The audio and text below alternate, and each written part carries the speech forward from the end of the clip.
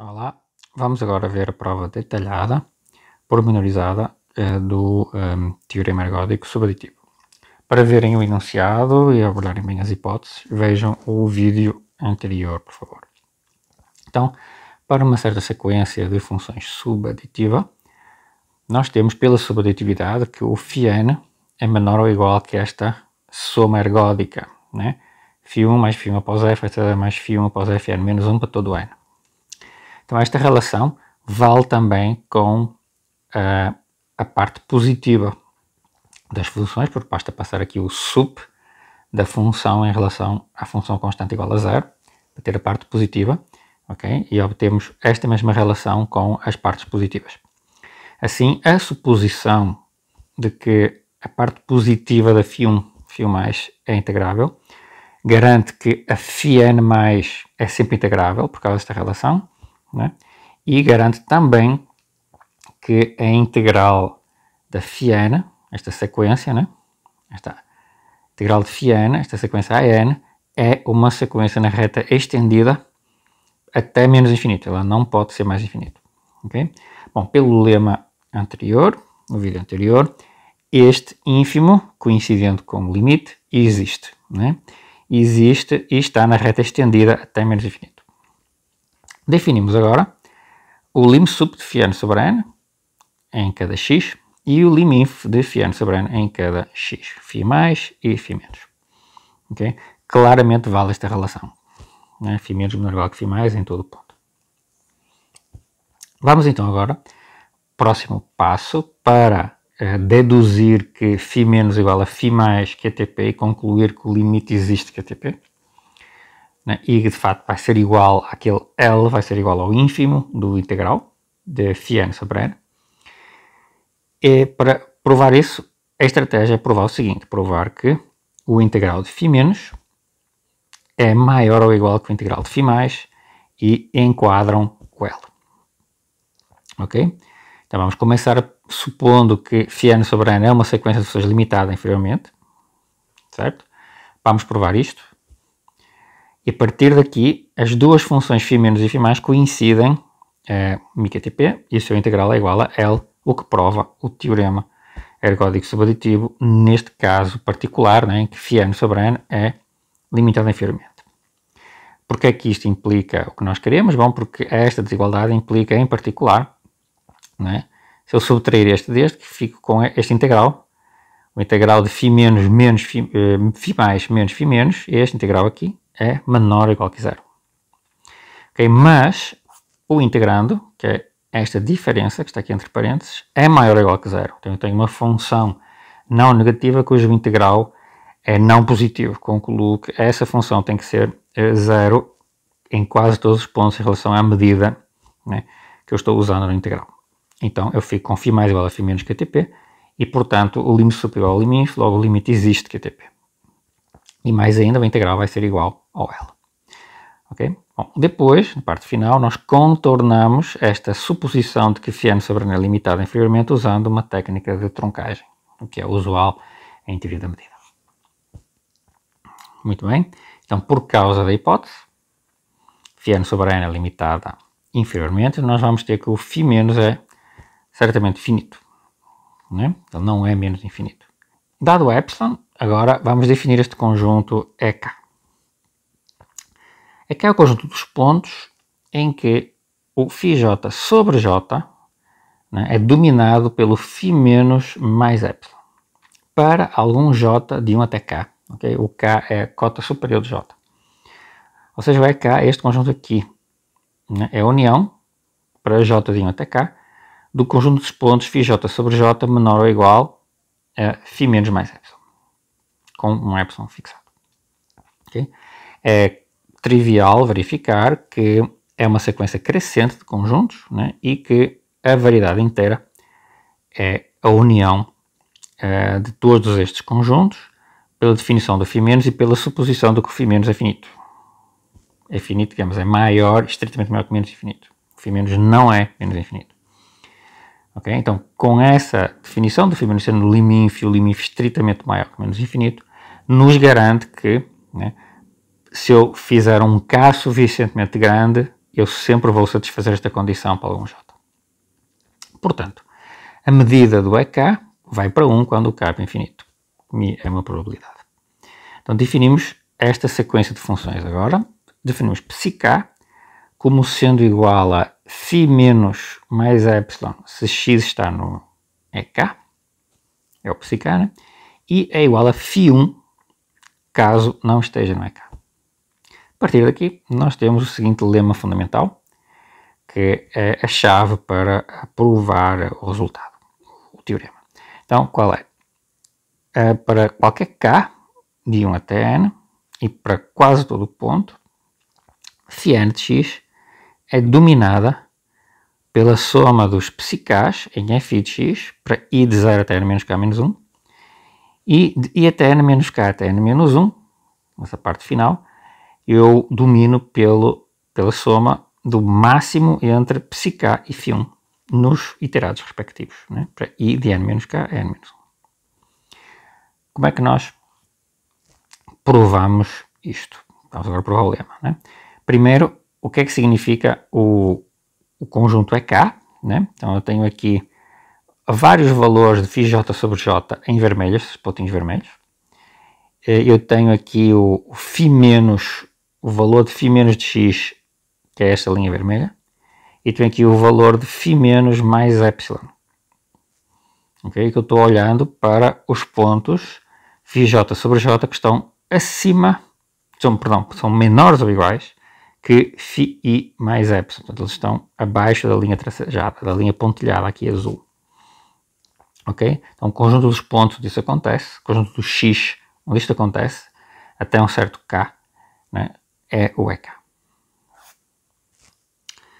Ok? Então, por construção, observemos que o psi_k é certamente maior ou igual que φ menos mais epsilon. Né? Porquê? Então, o psi_k ou é φ menos mais epsilon, né? Ou é φ1. Mas, caso contrário, significa que φ1, né, é maior que φ menos mais epsilon. Okay? Porque, em particular, não vale, né, este EK, se ele não está no EK, significa que, em particular, isto aqui não vale para j igual a 1. Então, em geral, psi_k é maior ou igual que φ menos mais epsilon. E a afirmação, o φ mais e φ menos são f invariantes, μ_k_T_P. Né? Porquê? Bom, porque reparem, o φ1 é finito, μ_k_T_P.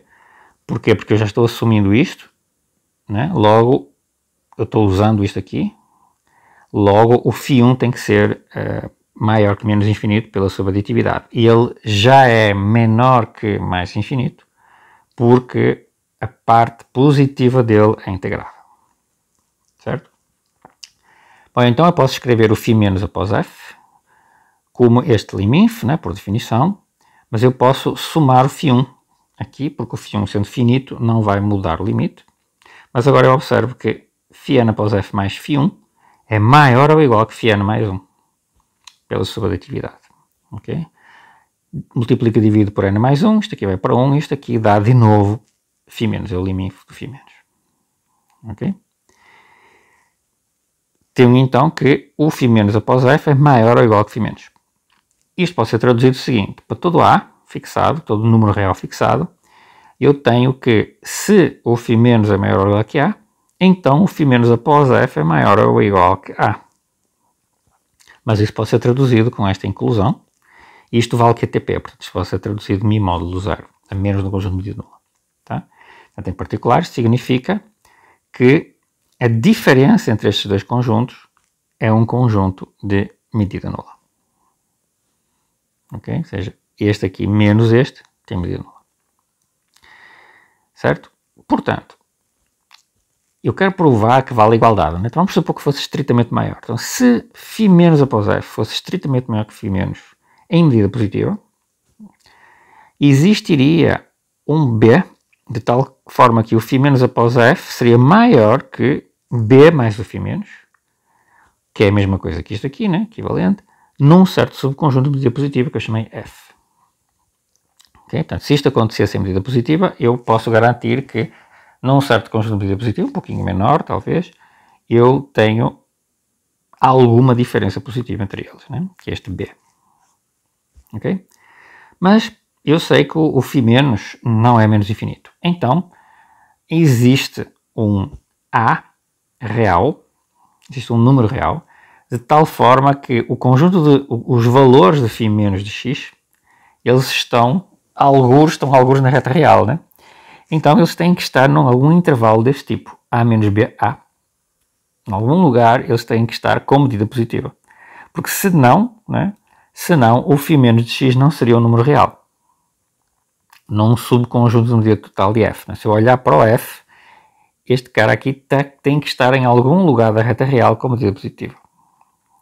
Certo? Em algum intervalinho. Senão, né, nenhum intervalo da reta real conteria a imagem do x em f com medida positiva. Bom, equivalentemente, quer dizer que a medida do conjunto dos pontos de f, de tal forma que esta desigualdade vale, né, é positiva. Ok? Mas então, vamos verificar. Num subconjunto de f com medida positiva, eu tinha o que eu tinha antes, tenho φ menos após f maior que b mais φ menos, mas por outro lado, o φ menos é maior ou igual, perdão, b mais φ menos é maior ou igual que a, e o a é maior que φ menos. Certo? Então, φ menos após f é estritamente maior que φ menos num conjunto de medida positiva. Okay? Mas isto contraria a medida nula obtida acima para todo o valor de A, né? Isto aqui estaria dizendo que este conjunto tinha que ter medida positiva. Okay? Isto contraria aquela medida nula. Portanto, esta contradição nos diz que a desigualdade estrita aqui não funciona.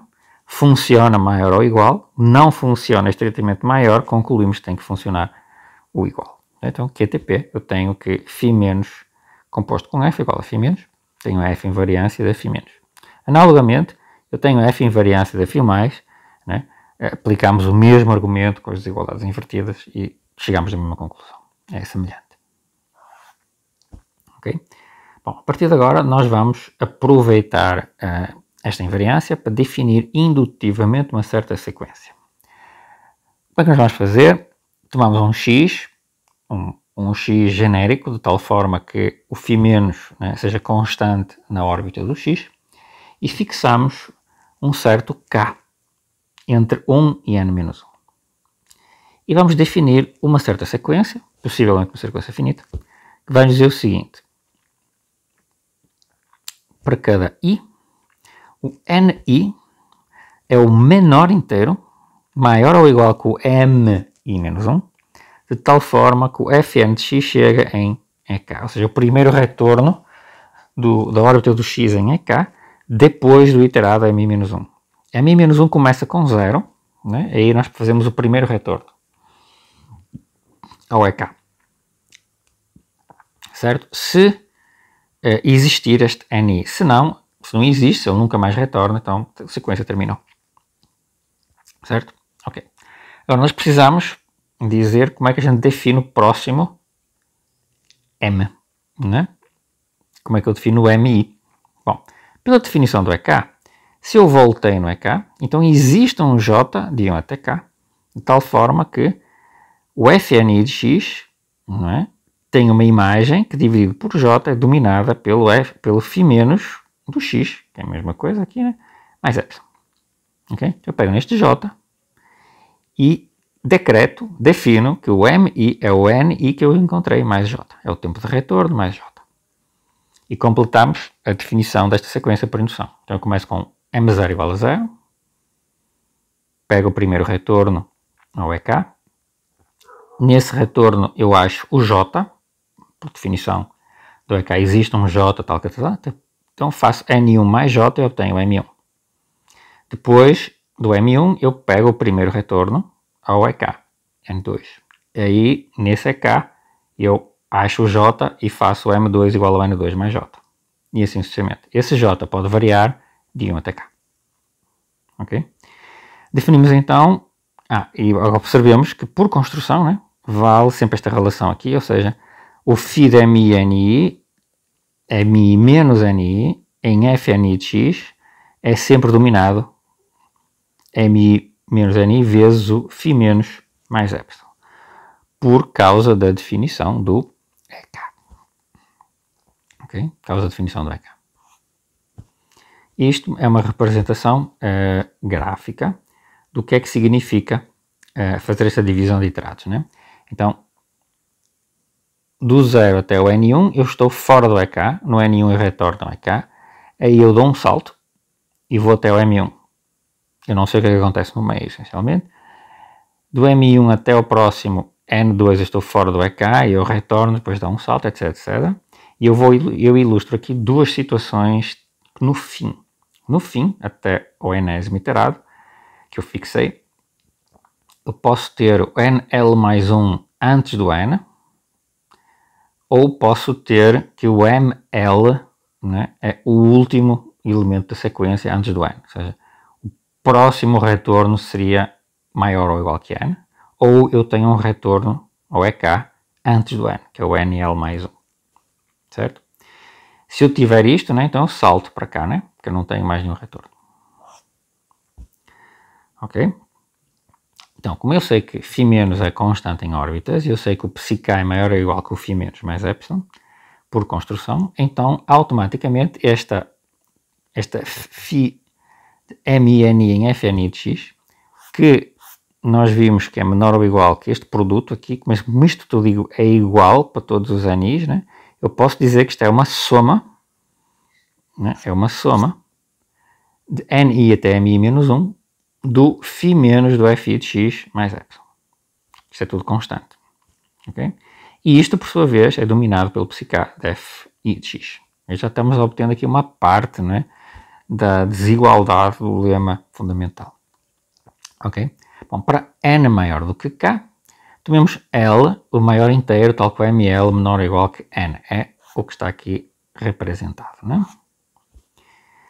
Agora, por subaditividade, de novo, se eu agora olhar para NJ menos MJ menos 1, reparem que é o complementar disto aqui, portanto são os outros intervalos.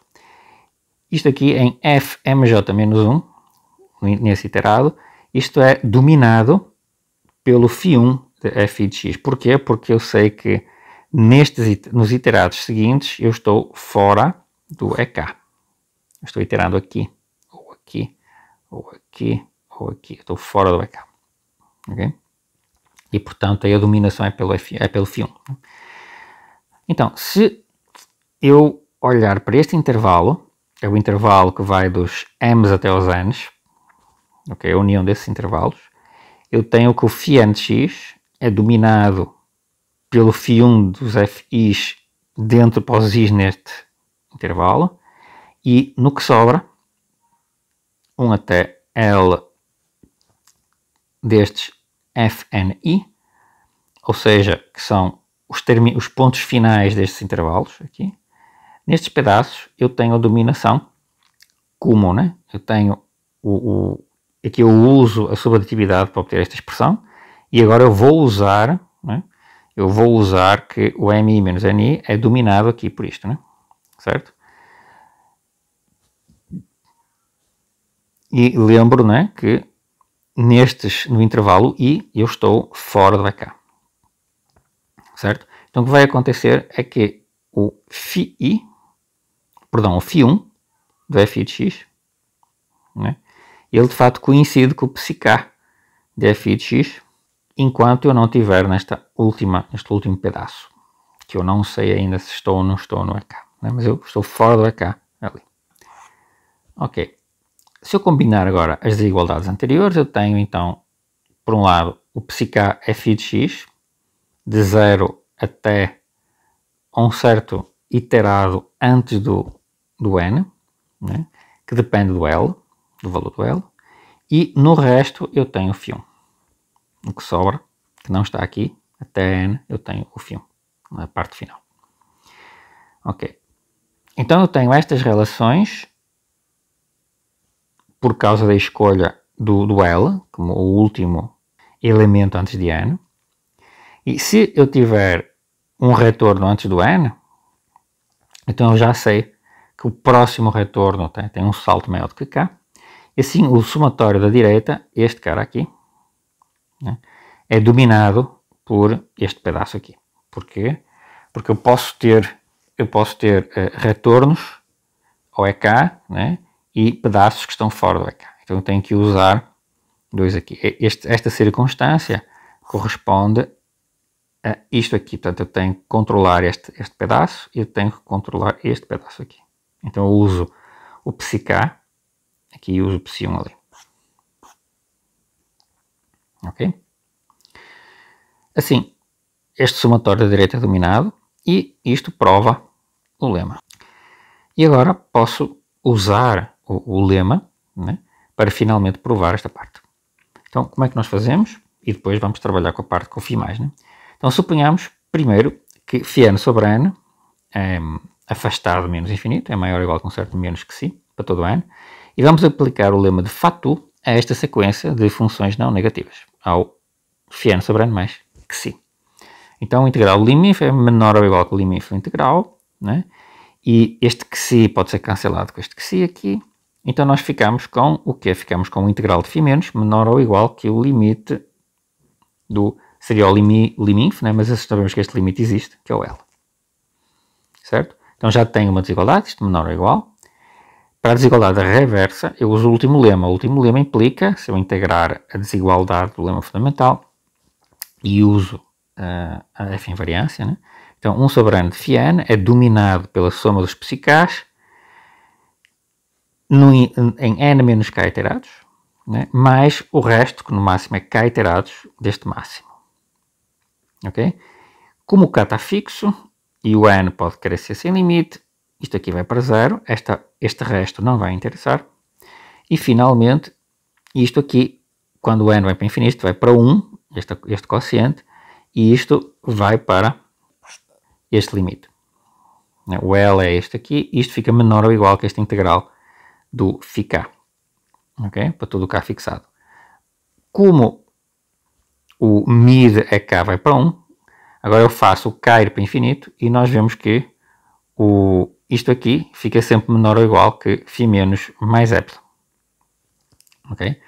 Porque isto aqui está calculado, né? Este psi-k está calculado em, se nós olharmos o lema fundamental, isto vale μ-ktp, ok? Então estamos olhando este psi-k e o psi-k depende do que acontece em EK.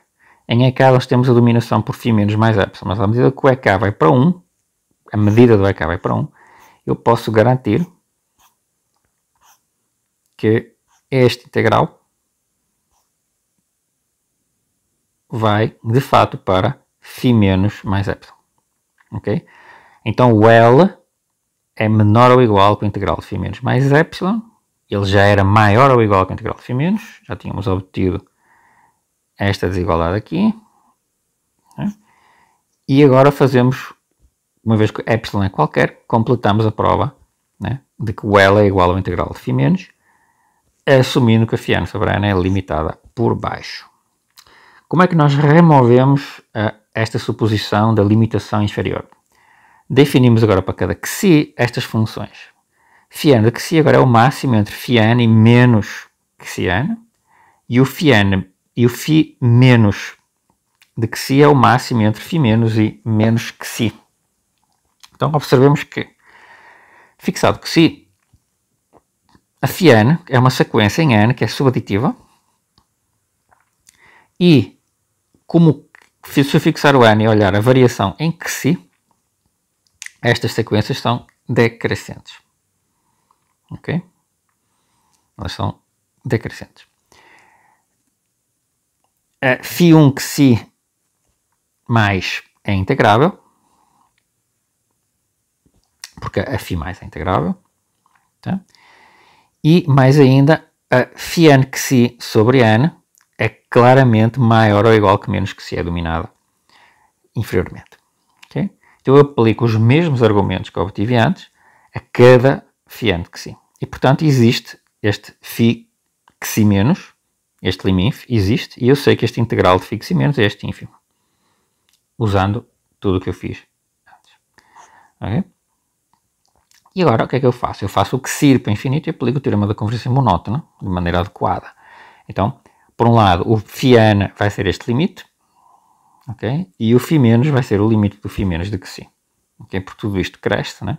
E de fato nós podemos fazer um truquezinho, observar que esta série telescópica, né, é igual a isto menos isto, que é igual a isto, né? E esta série é uma série de termos não negativos, né? Então temos a convergência. Temos a convergência certinha do φn de que si monotonamente para o φn. Okay?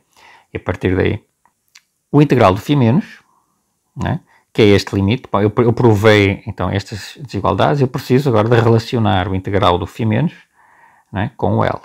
Então, por um lado, o integral do φ menos é este limite, né, mas este φ que si menos é também este ínfimo, pelo que nós fizemos atrás. Então tenho que fazer este limite quando que si é ao infinito.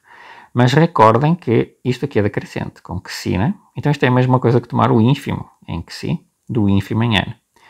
Mas então, para cada n fixado, este ínfimo é menor ou igual que o valor, né, do que está dentro dele, para algum n. Para cada n fixado, o ínfimo é menor ou igual que o valor em n. Mas este ínfimo, quando este que si, ou seja, quando o que si vai para infinito, por ser decrescente, isto aqui é igual ao integral de φ. Então, o integral de φ menos é menor ou igual que 1 sobre n integral de φ e o n é qualquer. Logo, isto é menor ou igual que o ínfimo. Provamos que, então, que este integral é menor ou igual que este ínfimo, ou seja, o integral de φ menos é menor ou igual que L. Por outro lado, para cada epsilon, por definição de y e por definição de ínfimo, para cada epsilon existe um n epsilon, tal que para um n grande, para n maior que n epsilon, o ínfimo é certamente maior ou igual que o valor em 1 sobre n menos epsilon. Ok? Mas agora, quando eu tomo este ínfimo, isto aqui vai para o integral de φn, e fico isto com menos epsilon. Então, o integral de φ menos é maior ou igual que 1 sobre n integral de φn menos epsilon para todo o n grande. Como epsilon arbitrário, provamos que o integral de φ menos é maior ou igual que este ínfimo, que é exatamente o L menos epsilon. Portanto, completamos a prova de que o L é o integral do φ menos em todos os casos. Né?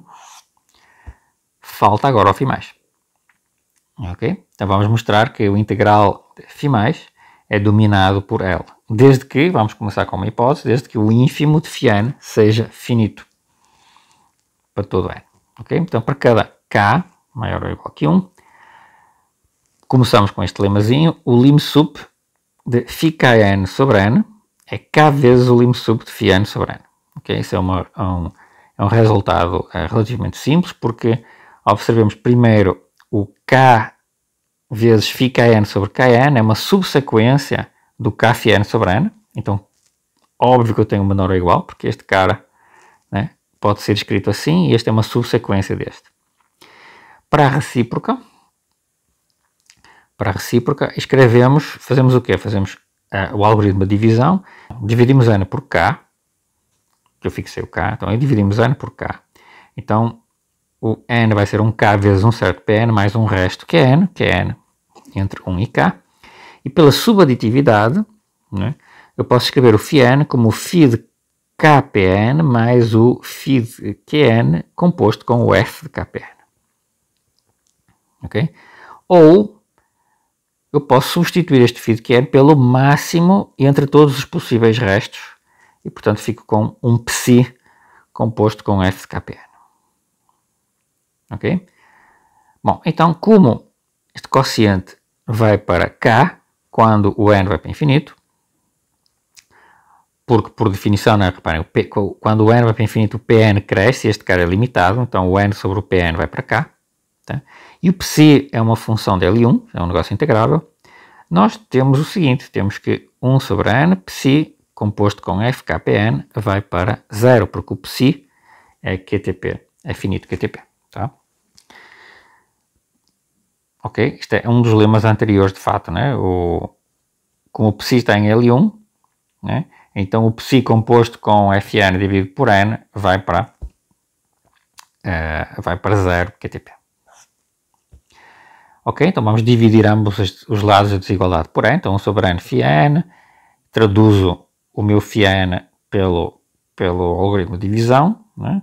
Aqui é a mesma coisa, tenho o φkn e o psi com o fkpn. Ok? Aí eu faço uma multiplicação, uma divisão aqui também, né? Isto aqui vai para 0, isto aqui vai para 0, e isto aqui, este quociente vai para 1, e isto aqui vai para o nosso lim sup. Então o lim sup disto é menor ou igual que este lim sup aqui, né? Que corresponde a 1 sobre k lim sup de φkp sobre p. Isto era exatamente o que nós precisávamos. Agora o lim sup do φ n sobre n é menor ou igual que 1 sobre k vezes o lim sup de kp sobre p, que era o que a gente queria. Okay? Isto conclui a prova deste tema. Tá? Então vamos supor que o ínfimo é afastado do menos infinito, o ínfimo de φ n. E vamos agora fazer o seguinte, vamos fazer um θn como sendo esta soma ergódica. Para cada k, eu faço o φk composto com fjk e somo de j de 0 até n menos 1 e troco-lhe o sinal. Para cada k fixado. Então, como a mi é invariante, então o integral desta θn é menos n vezes, é o número de parcelas, e menos n vezes o integral do φk. Ok? A subaditividade garante que este θn é menor ou igual que o φkn. Porque isto aqui é uma soma, né, dominada por φkn. Ok? Isto deveria ser, né, isto menor ou igual, mas como tenho, aliás, maior ou igual, isto devia ser maior ou igual que φkn, mas como tenho sinal menos, fica menor ou igual que menos φkn. Bom, pelo último lema, o θ menos está definido, já calculei, eu já provei a parte com o liminf em todos os casos, então θ menos, que é o liminf do θn sobre n, que é a mesma coisa que menos lim sup de φkn sobre n. Ok? Porque que eu tenho esta desigualdade? Por causa disto aqui. Ok? Então isto é menor ou igual que isto aqui.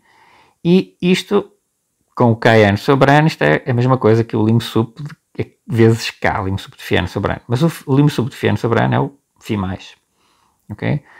Portanto, isto que é que nos permite concluir? Permite-nos concluir que o integral do θ menos é dominado por menos k integral de φ mais. Mas observem que o θn é uma sequência que agora é aditiva em relação à dinâmica fk. Okay? Não é aditiva em relação a f, mas é aditiva para fk. E o θ1 é o φ menos k. E o φ menos k é dominado por menos o ínfimo de φk, que é finito por cima, portanto, limitado por cima. Então, o θ1 mais é integrável. A parte positiva do θ1 é integrável. Resulta, então, que eu posso usar, né, a estimativa para o φ menos. Então, a integral do θ menos é o liminf disto aqui, que é igual a menos o integral de φk. Ok? E isto é dominado por menos k integral de φ mais, pelo que a gente já obteve aqui. Está aqui em azul destacado, né? Ok? Em seguida, chegamos então à conclusão que o integral do φ mais é dominado por 1 sobre k integral de φk. Tomando o ínfimo sobre k, obtemos isto por causa desta relação. Tomando o ínfimo sobre k, obtemos que o integral de φ mais é dominado por L. Provamos, isto chega, eu provei que o integral de φ menos é igual a L, o integral de φ mais é dominado por L. Isto prova o teorema ergódico subaditivo na condição de que o ínfimo é afastado do menos infinito. No caso geral, o que a gente faz? Truncamos de novo, fazemos como antes, fixamos um xi positivo, definimos o φn de xi como o máximo entre o φn e o menos xi, né? E o φ menos de xi como o máximo entre φ menos e o menos de xi. Okay? E o φ mais xi como o máximo entre o φ mais e o menos xi. Então argumentamos, né, como sempre, estes caras agora vão ser limitados, né? Argumentamos para o φ menos xi e para o φ mais de xi para concluir que eles têm que ser idênticos, MIKTP, pelo que nós acabamos de provar, e finalmente o φ mais ou menos que si vai convergir para o φ mais ou para o φ menos quando o que si vai para infinito. E, portanto, temos, isto vale QTP, e, portanto, nós temos que o φ menos é igual ao φ mais em quase todo o ponto. Isso conclui a prova do teorema ergódico subaditivo, né, que nós estávamos procurando. Certo? Em seguida, nós vamos falar de uma outra prova, de maneira muito resumida, é a prova do teorema ergódico de Birkhoff, usando o teorema ergódico maximal. Seja, que é uma outra alternativa que é interessante, e o teorema ergódico maximal é interessante em si mesmo vocês terem conhecimento dele.